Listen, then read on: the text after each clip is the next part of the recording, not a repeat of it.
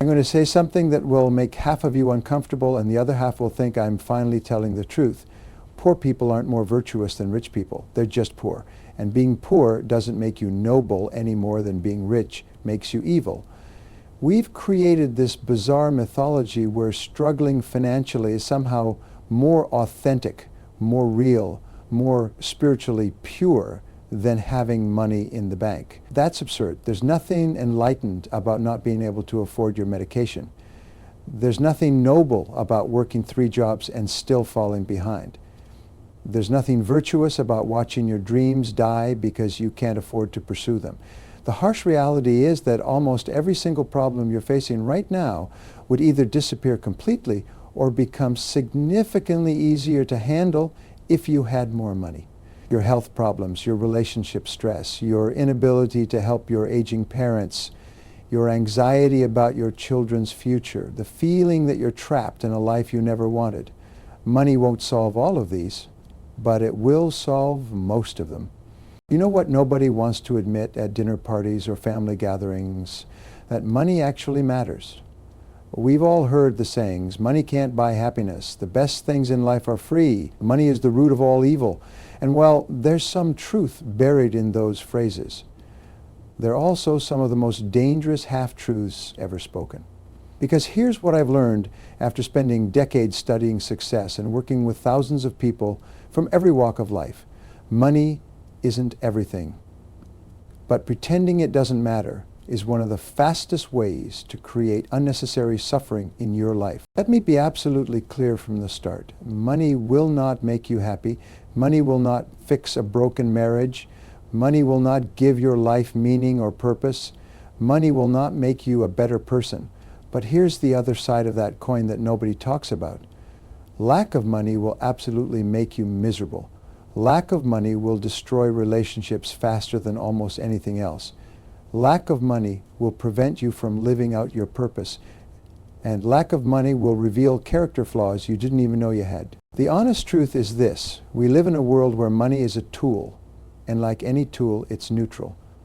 A hammer can build a house or break a window. Money can solve problems or create them. The difference isn't in the money itself, but in the person holding it and what they choose to do with it. Most people spend their entire lives at one extreme or the other. Either they worship money and sacrifice everything that truly matters to get it, or they pretend money doesn't matter and wonder why they're constantly stressed, anxious, and unable to help themselves or the people they love. Why do we struggle so much with this concept? Because we've been taught to think about money in the wrong way. From the time we're children, we receive mixed messages. Our parents tell us money doesn't grow on trees while working jobs they hate to pay the bills. Society tells us that wealthy people must have done something wrong or gotten lucky. We're taught that wanting money makes us greedy, but then we're also taught that we need to be successful. No wonder we're confused. The truth is that money is simply a medium of exchange. It represents value. When you have money, you have stored value that you can exchange for goods, services, time, and opportunities. That's it. Nothing more, nothing less.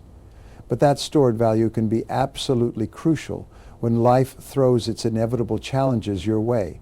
Let me tell you about 3 fundamental problems that money can actually solve.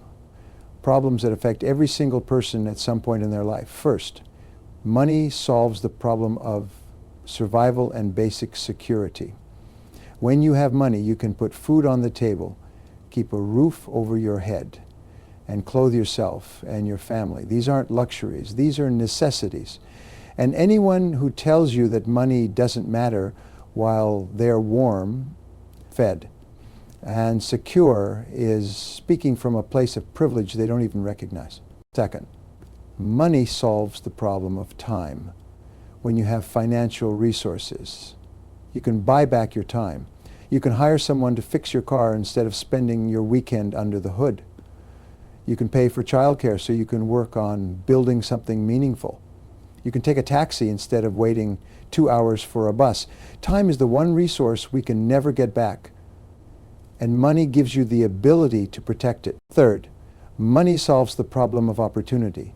with financial resources. You can invest in education, start a business, move to a city with better jobs, or help your children pursue their dreams. Without money, doors remain closed no matter how talented or hardworking you are.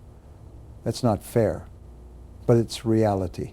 And acknowledging reality is the first step toward changing your circumstances. I want to share with you the story of Gregory, a man I met years ago who taught me this lesson in a way I'll never forget. Gregory worked at a manufacturing plant for 17 years. He was a good man, honest, hardworking, the kind of person who showed up early and stayed late. He believed that money wasn't important as long as you had your health and your family. He would actually criticize his co-workers who worked overtime or took extra shifts, telling them they were too focused on material things. Then one winter, Gregory's daughter got sick. Not a cold or a flu, but seriously ill. She needed treatment that his insurance only partially covered. Gregory needed $5,000 within 2 weeks, or his daughter would have to wait months for the treatment. Months that could make the difference between full recovery and permanent damage. He didn't have it. He had been living paycheck to paycheck, proud of his simple life, convinced that his lack of focus on money made him somehow more noble than others. Gregory had to borrow from family members, some of whom resented him because they had their own struggles. He had to ask his boss for an advance. He had to swallow his pride and accept help from the very co-workers he had criticized for being too money-focused. His daughter got the treatment and recovered fully, thank goodness. But Gregory told me something I'll never forget. He said, "I thought I was being wise by not caring about money, but I wasn't wise. I was being irresponsible." My lack of money didn't just hurt me, it hurt the person I loved most in this world. That's the mistake so many people make. They think that not caring about money makes them spiritual or enlightened or somehow above it all. But what it actually makes them is unprepared for the realities of life. Now let's talk about the specific, tangible ways that financial resources solve real problems in your everyday life. Because this isn't theory or philosophy. This is about the actual difference between sleeping peacefully at night and lying awake worrying about things you cannot control. Health and medical emergencies are the first critical area where money makes an undeniable difference. You can be the most positive person in the world. You can meditate every morning and practice gratitude every evening. But when you're sitting in a hospital room and the doctor tells you there's a treatment that could save your life or the life of someone you love, your positive attitude alone won't pay for it. Insurance helps, absolutely, but there are always gaps. There are always deductibles, co-payments, experimental treatments that aren't covered, specialists that aren't in your network. When you have financial resources, you have options. You can get a second opinion. You can travel to the best medical center in the country. You can take time off work to recover properly instead of rushing back, because you can't afford to miss another paycheck. This isn't about buying better health. It's about removing the barriers that stand between you and the care you need. Every single day, good people make decisions about their health based not on what's best medically, but on what they can afford. That's a problem money solves. Education and opportunity represent the second major area where financial resources create genuine advantages. Yes, there are scholarships and loans and ways to get educated without money, but let's be honest about the reality. When you have money, you can afford to take unpaid internships that lead to incredible careers. You can afford to learn new skills without worrying about how you'll eat next week. You can move to where the opportunities are instead of being trapped in a town with no jobs. You can start that business without risking your family's ability to pay rent. Education isn't just about formal schooling either. It's about having the resources to develop yourself, to take courses, to attend conferences, to buy the books and tools you need to master your craft. When someone tells you that education is the great equalizer, they're leaving out a crucial fact. Access to quality education often requires financial resources. The person who can afford to fail and try again has a massive advantage over the person who gets only one shot. That's not motivational poster wisdom, that's mathematics. Money gives you multiple attempts at success, and in life, persistence usually wins over talent. Now here's something that most people completely overlook. Time freedom is perhaps the most underrated benefit of financial stability. When you're living paycheck to paycheck, you don't have time freedom. You take the job that pays the bills, even if it drains your soul. You work the overtime, even if it means missing your son's soccer game. You can't afford to quit the toxic workplace because you need the insurance. You can't take 3 months to search for the right opportunity because your rent is due in 30 days. But when you have money saved, when you have investments producing income, when you have a financial cushion, you suddenly have choices. You can say no to the client who disrespects you. You can take a month to retrain for a better career. You can be there when your aging parent needs you. Time freedom doesn't mean never working. It means working on your terms, for purposes you believe in, with people you respect. That kind of freedom is priceless. But, ironically, it requires money to achieve. Family security and peace of mind form another crucial dimension where money makes a real difference. There's a specific kind of stress that comes from financial instability. And it seeps into every corner of your life. It affects your sleep, your health, your relationships, your ability to focus on anything else. When you know that one car repair could devastate your budget, when you know that losing your job would mean losing your home within 60 days, when you know that you're one emergency away from disaster. That knowledge follows you everywhere. It sits at the dinner table with you. It lies in bed next to you. It shows up in your short temper with your children and your distance from your spouse. Financial security doesn't solve all your problems, but it removes this particular source of constant grinding anxiety. It gives you the mental and emotional space to actually deal with life's real challenges, the ones that truly matter. Let me tell you about William, because his story illustrates this point better than any statistics I could share. William was 32 years old, working as a regional sales manager, making decent money but spending almost all of it. Nice apartment, new car, frequent vacations. He wasn't reckless, just living the lifestyle that matched his income. Then his father had a stroke. Massive. The kind that changes everything instantly. His father survived but needed round-the-clock care for months. William's mother couldn't do it alone. She was dealing with her own health issues. His sister lived across the country with 3 small children. It fell to William. He had 2 choices: put his father in a facility that accepted their insurance, which had terrible reviews and a staff shortage, or hire private care so his father could stay home in familiar surroundings, which would cost $4,000 per month for at least 6 months. William had maybe $8,000 in savings. He made good money, but he'd never prioritized building wealth. He thought he had time. He thought he was doing fine because he paid his bills and had a little left over. Now he was facing an impossible choice, and it was destroying him.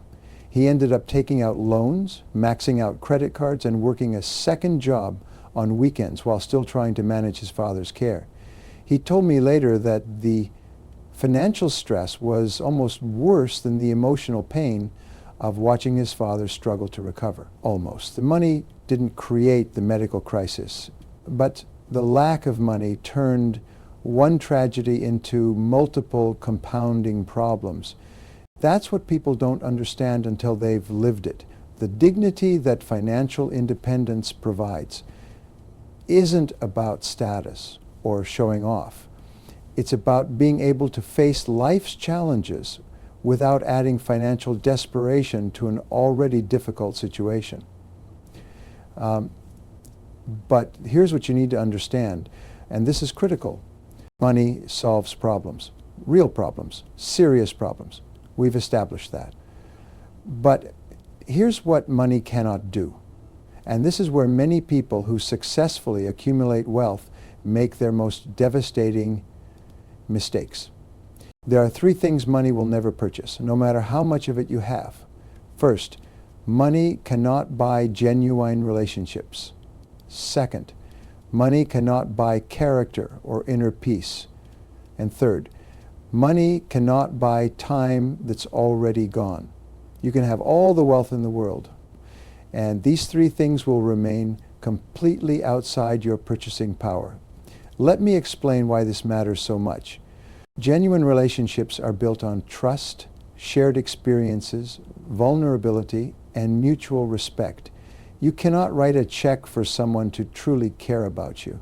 You can buy companionship, absolutely. You can surround yourself with people who laugh at your jokes and show up to your parties and tell you what you want to hear, but the moment your money disappears, those people vanish like smoke. Real friendship, real love, real connection requires something money cannot provide: your authentic self, your time, your attention, your emotional availability. I've known wealthy people who would give up half their fortune just to have one person in their life who cared about them rather than their bank account. That's not an exaggeration. The loneliness that comes from being valued only for your wealth is a special kind of torture. Character, integrity, and self-respect exists beyond any price tag. You cannot purchase a clean conscience. You cannot buy your way out of knowing that you betrayed someone's trust or took advantage of someone weaker than you. Money can buy you a good lawyer, but it cannot buy you inner peace when you lie awake at night knowing what you did to get that money. Some of the most miserable people I've ever met are wealthy individuals who compromise their values to accumulate their wealth. They have everything money can buy and nothing that actually matters. They look in the mirror and don't recognize the person staring back. That's a poverty no amount of wealth can cure. Self-respect comes from living according to your principles, from knowing you've treated people fairly, from being able to stand behind your decisions even when they cost you something. You earn self-respect through your choices and actions, not through your account balance. And once you've lost it by doing things you know are wrong, no amount of money will bring it back. The wealthy person who cheated their business partner sleeps worse than the honest person struggling to make rent. That's not romantic idealism, that's reality. Time is the great equalizer that money cannot defeat. You can buy a private jet to travel faster, but you cannot buy back yesterday. You cannot purchase another hour with your father who passed away while you were too busy making money to visit. You cannot buy a Dover for your daughter's childhood that you missed because you were always at the office. The wealthy executive who finally retires at 65 with $20 million cannot buy back his health that he destroyed with stress and long hours. He cannot buy back the marriage that fell apart because he was never present. He cannot buy back the relationships with his children who grew up barely knowing him. Time moves in one direction, and once it's spent, it's gone forever. Regardless of how much money you have, let me tell you about Theodore, because his story haunts me to this day. Theodore built a technology company from nothing into a business worth hundreds of millions. He was brilliant, driven, absolutely relentless in pursuit of success. He worked 16-hour days for 20 years. He traveled constantly. He missed birthdays, anniversaries, school plays, family dinners. His wife kept the home running, raised their 3 children essentially alone, and waited for the day when Theodore would finally slow down and they could enjoy life together. He kept promising after the next funding round, after the company goes public, after we hit our targets. There was always one more milestone. Theodore sold his company when he was 53 years old. He walked away with more money than his family could spend in 3 lifetimes. He came home ready to finally be present, to reconnect, to make up for lost time. But his wife asked for a divorce within 6 months. She had built a life without him because she'd had no choice. His children were polite but distant. They loved him, but they didn't really know him, and he didn't really know them. They had learned long ago not to expect him to show up. The money bought him a beautiful house that felt empty, expensive vacations that his kids were too busy to join, and a retirement filled with regrets that no amount of wealth could soothe. Theodore told me something that still gives me chills. He said, I won the game I was playing, but I was playing the wrong game the entire time. I thought I was building security for my family. What I was actually doing was building a fortune and losing my family in the process. And now I have all this money and nobody I truly want to share it with. That's the trap. The trap isn't wanting money or working hard to earn it. The trap is pursuing money at the expense of everything that makes life worth living. It's sacrificing your health for wealth, then spending that wealth trying to buy back your health. It's sacrificing time with people you love to make money, then spending that money trying to fill the emptiness their absence creates.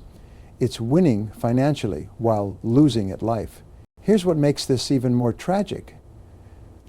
Theodore genuinely thought he was doing the right thing. He wasn't greedy or selfish in the traditional sense.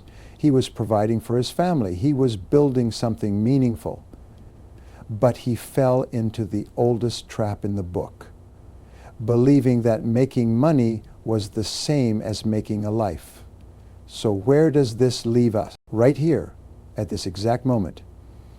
You're probably asking yourself the most important question. If money isn't everything, but it matters tremendously, and if pursuing money can destroy what matters most, then what's the answer? How do you navigate this? How do you build financial security without losing yourself in the process? The answer is what I call the mature perspective on money and life. It's the ability to hold two truths simultaneously without letting either one dominate your thinking.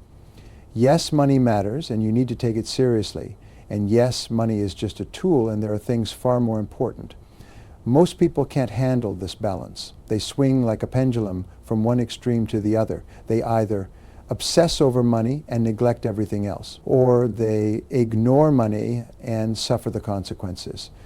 The mature perspective requires you to be intentional, disciplined, and constantly aware of what you're trading and why. Let me give you 7 practical principles for handling money wisely. Principles that will allow you to build wealth without losing what matters most. First, earn honestly. This means making money through work that you can be proud of, through serving others, through creating genuine value. If you cannot explain to your children exactly how you make your money without feeling ashamed, you're earning it the wrong way. Honest earning means you sleep well at night. It means you build wealth on a foundation that won't crumble. Second, spend wisely. Wise spending isn't about being cheap or denying yourself everything. It's about being intentional with your money. It's asking before every purchase, does this serve my values and goals, or am I just spending because I can? It's understanding the difference between price and value. It's recognizing that the things you own end up owning you if you're not careful. Buy quality when it matters. Save money where it doesn't. And never spend money you don't have to impress people you don't like. Third, save consistently. This is non-negotiable. Pay yourself first every single time money comes in, 10% minimum, more if you can. Automate it so you don't have to think about it or rely on willpower. Your savings represent freedom. They represent options. They represent the buffer between you and disaster. The person with 6 months of expenses saved has power that the person living paycheck to paycheck simply doesn't have, regardless of how much either one earns. Fourth, invest intelligently. Your money should work as hard as you do. Learn about compound interest. Understand that time is your greatest asset when it comes to investing. Start early, invest regularly, diversify sensibly, and be patient. You don't need to be a genius or take huge risks. You just need to be consistent and let time do the heavy lifting. The difference between comfortable retirement and struggling in your old age usually comes down to the investing decisions you make in your 20s, 30s, and 40s. Fifth, give generously. This might seem counterintuitive when we're talking about building wealth, but generosity is crucial for maintaining perspective. When you give to causes you believe in, to people who need help, to organizations making a difference, You remind yourself that money is a tool for good. You prevent yourself from becoming so focused on accumulation that you forget the purpose. Generosity keeps your heart soft and your priorities straight. And practically speaking, the most successful people I know are also the most generous. There's something about maintaining an abundance mindset through giving that opens up more opportunities than a scarcity mindset ever could. Sixth, plan carefully. Hope is not a strategy. You need concrete plans for your financial future. What are your goals? What will it take to achieve them? What's your timeline? How much do you need to save and invest? What risks are you exposed to? How will you protect what you build? Most people spend more time planning their vacation than planning their financial life. And then they wonder why they end up somewhere they never wanted to be. Planning doesn't remove all uncertainty, but it dramatically increases your chances of ending up where you want to go. Seventh, and this is perhaps most important, keep perspective always. Money is a means, not an end. It's a tool, not a trophy. It's something you use to build a good life, not something you sacrifice a good life to obtain. Check in with yourself regularly. Are you spending time with people you love? Are you taking care of your health? Are you growing as a person? Are you contributing something meaningful? Are you present for the moments that matter? If you're achieving financial success but failing at life, you need to adjust your approach immediately. Let me tell you about Nelson, because he represents what this balance looks like in practice. Nelson started as a plumber's apprentice at 19. He worked hard, learned his trade, and eventually started his own plumbing business. He was smart about money from the beginning. He lived below his means, saved aggressively, invested consistently. But here's what made Nelson different. He built clear boundaries around his work life. He worked hard Monday through Friday, but weekends were sacred family time. He didn't check work emails at dinner. He took real vacations where he was fully present. He coached his son's baseball team even when it meant turning down lucrative emergency calls. By the time Nelson was 50, he had built substantial wealth. His business was successful. His investments had grown significantly. And he had the financial freedom to make choices based on what mattered rather than what paid the most. But more importantly, he had a strong marriage of 28 years. He had 3 children who genuinely enjoyed spending time with him.